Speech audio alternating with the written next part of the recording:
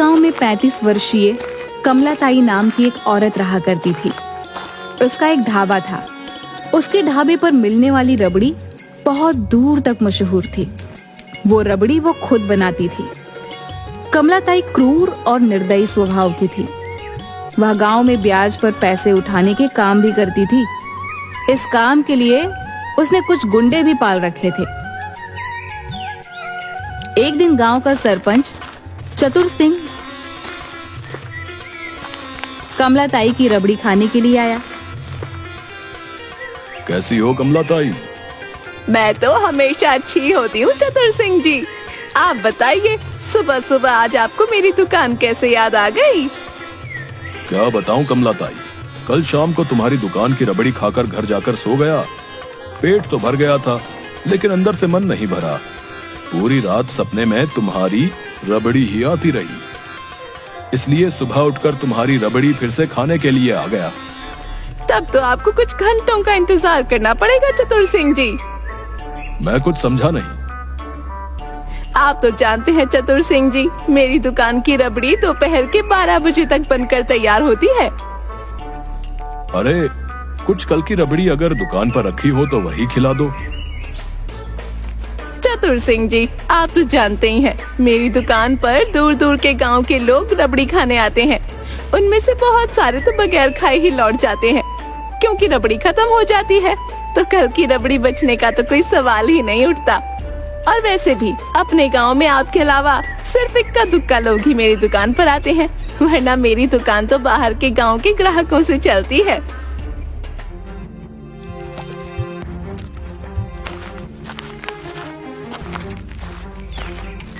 अरे मालकिन, अरे ये गांव वाले बेचारे आपकी रबड़ी कहाँ से खा लेंगे? मालकिन, इन बेचारों के ऊपर तो पहले से ही इतना कर्ज का बोझ है कि इन्हें तो एक वक्त की रोटी मिल जाए तो इनके लिए ये बहुत बड़ी बात है। तो कहना क्या चाहता है भैया? कुछ नहीं मालकिन, मैं तो बस ये कहना चाहता हूँ कि हमारे गांव में गरीबी बहुत ज्यादा है। मुझे बेवकूफ समझ रखा है तूने। मैं सब समझती हूँ। तू हंसी हंसी में मुझे ताने देता रहता है। अरे ढैया पर क्यों भड़क रही हो कमलाताई? वो बेचारा कुछ गलत थोड़ी ही ना बोल रहा है। हम सब जानते हैं कि पूरा गांव तुम्हारा कर्जदार है। उन बेचारों की जमीन जायदाद खेत सब तुम्हारे पास गिरवी रखे हैं, और वो बेचारे जीवन में न कभी सूद सहित तुम्हारे पैसे लौटा पाएंगे और न वो अपनी संपत्ति छुड़ा पाएंगे, क्योंकि अगर तुम किसी को 500 रुपए सूद पर देती हो तो अगले महीने उसका सूद ही 5000 हो जाता है। लेने वाला तो बेचारा वैसे ही मर जाएगा। अरे तो मैं क्या इन सब गांव वालों को घर घर जाकर जबरदस्ती कर्जा देती हूँ क्या? वो मेरी दुकान पर खुद आते हैं पैसे मांगने के लिए। पैसे देने से पहले मैं उन्हें सब बता देती हूँ कि मैं सूद और लोगों से थोड़ा ज्यादा लगाती हूँ। इसके बावजूद भी अगर वो नहीं मानते तो उसमें मैं क्या करूँ? और तुम तो इतने भोले बन रहे हो चतुर सिंह, जैसे कि तुम तो राजा हरिश्चंद्र की संतान हो। मुझे सब पता है शहर में तुम कौन सा काला कारोबार करते हो। अरे कमलाताई, तुम तो मेरी बात का बुरा मान गई। मैं तो बस तुमसे ये कहना चाहता हूँ कि अपने गांव के लोगों पर थोड़ा सा तरस खा लिया करो।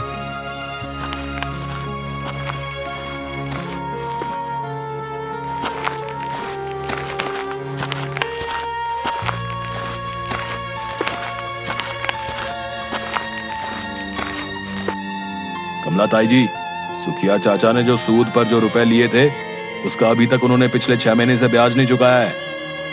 अरे पूरे 1 लाख रुपए लेकर गया था, जिसका ब्याज और असल मिलाकर पूरे 5 लाख रुपए है। जाओ जाकर पैसे लेकर आओ। हम दोनों सुखिया से पैसे ही मांगने गए थे, लेकिन आज उसकी बेटी की शादी है। उसकी पत्नी बहुत रो पीट रही थी, इसलिए मजबूरी में हम दोनों को वापस आना पड़ा।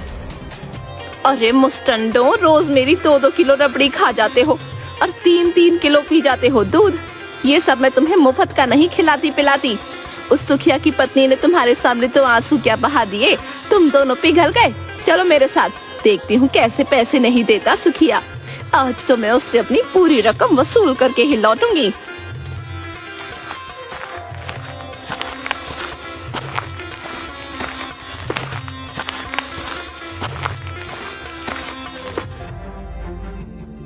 सुखिया, अरे ओ सुखिया, कहाँ मर गया तू? अरे कहाँ मुंह छुपाए बैठा है?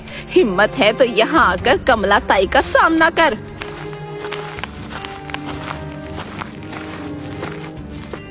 क्या रे सुखिया, भीमा और कालिया को तूने बगैर पैसे दिए ही लौटा दिया? कमला ताई जी, आज मेरी बेटी की शादी है। मुझे थोड़ी मोहलत और दे दीजिए, मैं आपके सारे पैसे सूद समेत वापस कर दूंगा। बस वही मैं तुझे नहीं दे सकती। तुझे जितनी मोहलत देनी थी मैंने दे दी। आज मैं अपने पूरे पैसे लेकर जाऊंगी। तेरे ऊपर मेरे पूरे 5 लाख रुपए निकल रहे हैं। चल जल्दी से निकाल मेरे पैसे। क्या 5 लाख रुपए? लेकिन आपने तो कहा था कि मेरे ऊपर सिर्फ 2 लाख रुपए निकल रहे हैं। अरे वो तब कहा था जब तू समय पर पैसे दे देता, लेकिन तू अपने वादे से पूरे 2 महीने लेट हो गया, तो उसकी ब्याज दुगनी लगेगी ना। ऐसा अत्याचार मेरे ऊपर मत कीजिए कमला ताई, मैं बर्बाद हो जाऊंगा। मुझे इससे क्या फर्क पड़ता है? पैसे अगर सूद पर पैसे लिए हैं तो लौटाने तो पड़ेंगे। कमला ताई जी, मैं तो सोच रहा था कि मेरी जो गांव की जमीन पड़ी है उसे बेचकर मैं आपके सारे पैसे चुका दूंगा, लेकिन 5 लाख रुपए मैं आपको कहां से दूंगा? अगर मैं अपना घर और जमीन भी बेच दूं, तब भी मैं इतने पैसे नहीं जुटा सकता। कोई बात नहीं सुखिया, तूने अपनी बेटी के विवाह में जो गहने बनवाए हैं वो किस काम आएंगे? मैं तुझे 15 दिन की मोहलत देती हूँ। 15 दिन के अंदर इस घर को खाली कर देना। अगर तूने ऐसा नहीं किया तो ठीक 15 दिन बाद मैं तुझे इस घर से धक्के देकर बाहर निकालूंगी। पर हाँ, जो जमीन तूने बेचने की बात कर रहा था ना, अब वो भी मेरी ही है। तब तक आज मैं तेरी बेटी के गहनों से काम चला लूंगी।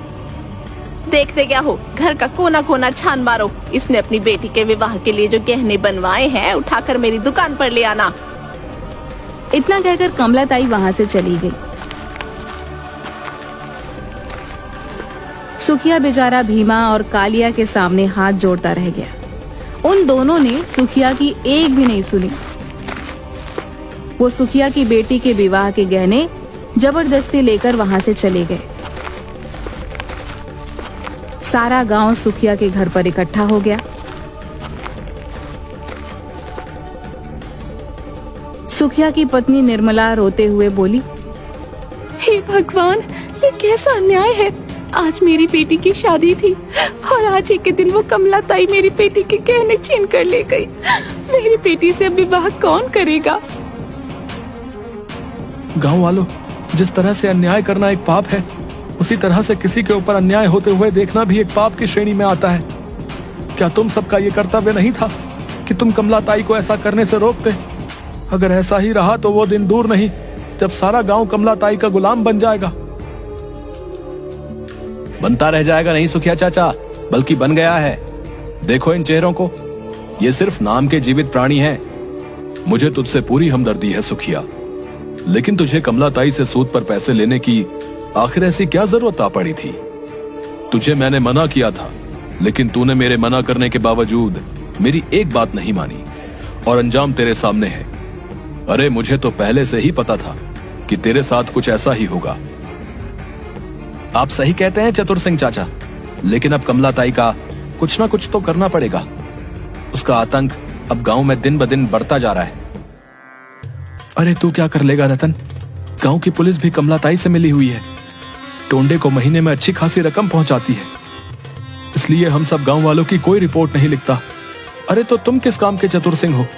सारे गांव वालों ने मिलकर तुम्हें अपना चतुर सिंह चुना है। जब तुम ही ऐसी बात करोगे तो फिर बाकी गांव वालों का क्या होगा? अगर ऐसी बात है तो फिर मैं अभी और इसी वक्त चतुर सिंह का पद त्यागने को तैयार हूं, मगर मैं कमला ताई से पंगा नहीं ले सकता। समझ गए ना तुम लोग? हाँ, आप तो ऐसा बिल्कुल बोलोगे, क्योंकि आप तो रोजाना उसकी रबड़ी खाने जाते हैं और आपको तो उसकी रबड़ी बहुत पसंद है। सिर्फ मुझे ही नहीं, बल्कि उसकी रबड़ी दूर दूर तक मशहूर है। हाँ, लेकिन वो दूर के लोग नहीं जानते ना कि कमला ताई रबड़ी की आड़ में गांव के लोगों के ऊपर अत्याचार करती है, उन्हें नाजायज दबाती है। आप सबको ये कायरों भरा जीवन मुबारक हो, मगर मैं इस कायरता में नहीं रह सकता। मैं जा रहा हूं गांव छोड़कर। अगर जाना चाहता है तो जा, हम सबके ऊपर ठीकरा फोड़कर क्यों जा रहा है? इतनी ही ज्यादा अगर तेरे मन में सच्चाई की आग लगी हुई है तो जाकर तो खुद कमला ताई से बात क्यों नहीं कर लेता? और अगर खुद बात नहीं कर सकता तो जाकर उसके खिलाफ थाने में रिपोर्ट दर्ज कर दे। गांव छोड़ने से पहले ये काम भी जरूर करूंगा मैं। तुम्हारी तरह कायर नहीं हूं चतुर सिंह जी।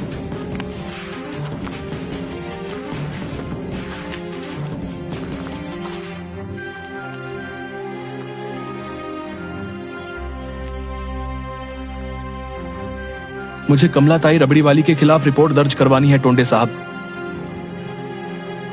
अच्छा, क्या किया कमलाताई ने तेरे साथ? मेरे साथ नहीं, लेकिन गांव वालों के साथ जरूर किया है। कमलाताई रबड़ी बेचने की आड़ में गांव वालों को नाजायज दबाती है। उन्हें कम पैसे कर्ज पर देकर बहुत भारी ब्याज वसूलती है और ब्याज न दे पाने की सूरत में उनके मकान और उनकी जमीन पर कब्जा कर लेती है। तुझे शर्म नहीं आती एक विधवा पर ऐसा इल्जाम लगाते हुए? एक तो उस बेचारी का पति 10 साल पहले मर चुका है, तब से वो बेचारी रबड़ी बेच बेच कर अपना धंधा कर रही है। सीधी तरह से यहाँ से निकल जा, वरना इतना मारूंगा कि सारी सच्चाई गिरी निकल जाएगी। निकल यहाँ से अब।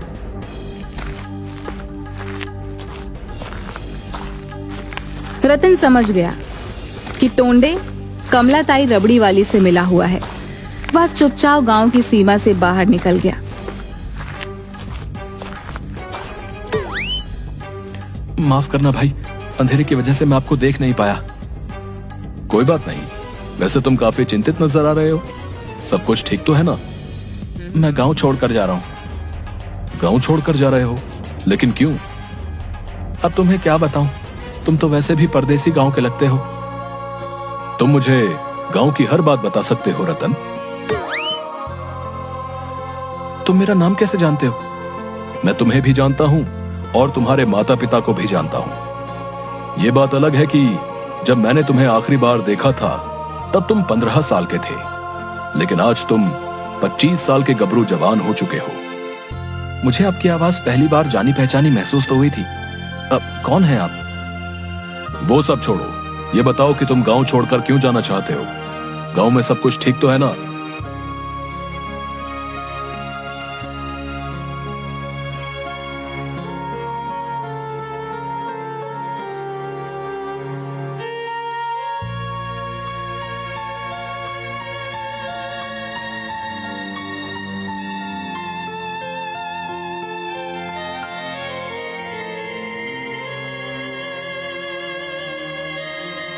चिंता मत करो रतन, कल कमलाताई रबड़ी वाली का गांव में आतंक समाप्त हो जाएगा, क्योंकि अब मैं आ गया हूं। चलो मेरे साथ।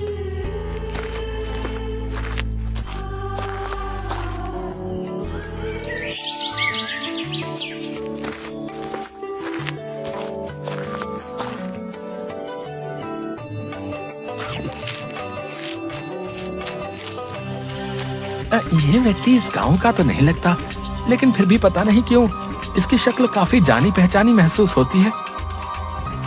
अरे क्या खाक जानी पहचानी महसूस होती है? पूरे 2 किलो रबड़ी खा चुका है अब तक। लेकिन आपने एक बात पर गौर नहीं किया, ये व्यक्ति जब से यहाँ पर बैठा है तब से तो बाहर ग्राहकों की भीड़ और ज्यादा लगी हुई है। तो तू कहना क्या चाहता है? इस व्यक्ति के शुभ कदम से मेरे दुकान पर ग्राहकों की भीड़ लगी हुई है। अरे इसके जैसे पता नहीं कितने आते हैं कितने जाते हैं। इसकी शक्ल तो देख, कितना गंदा मालूम होता है। ऐसा लगता है इसने बरसों से अपनी दाढ़ी और बाल नहीं कटवाए। मुझे तो सोच सोच कर घबराहट हो रही है। पता नहीं इसके पास पैसे भी होंगे या नहीं। सही कह रही हो कमलाताई। वैसे अगर इसके पास पैसे नहीं निकले तो आप क्या करेंगी?